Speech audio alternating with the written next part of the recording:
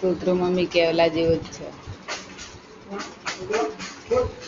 તો જ નહીં હું એમ કીધું મેં કીધું આજે ભણવું કે કાલથી તું તૈયાર કરીને આવે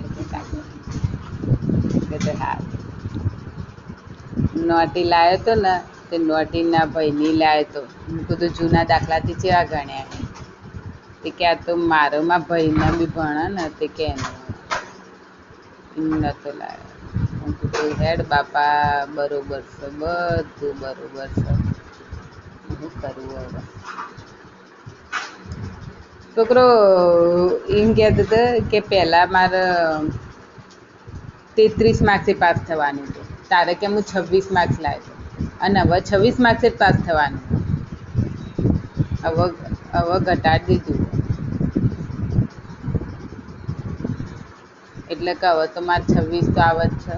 પછી કે MCQ 24 માર્કના પૂછાશે. MCQ એટલે ગણવાનું નહીં, ખાલી ટીક કરવાનું, પેલું નહીં હતું ABCD. એટલે મને કે એ MCQ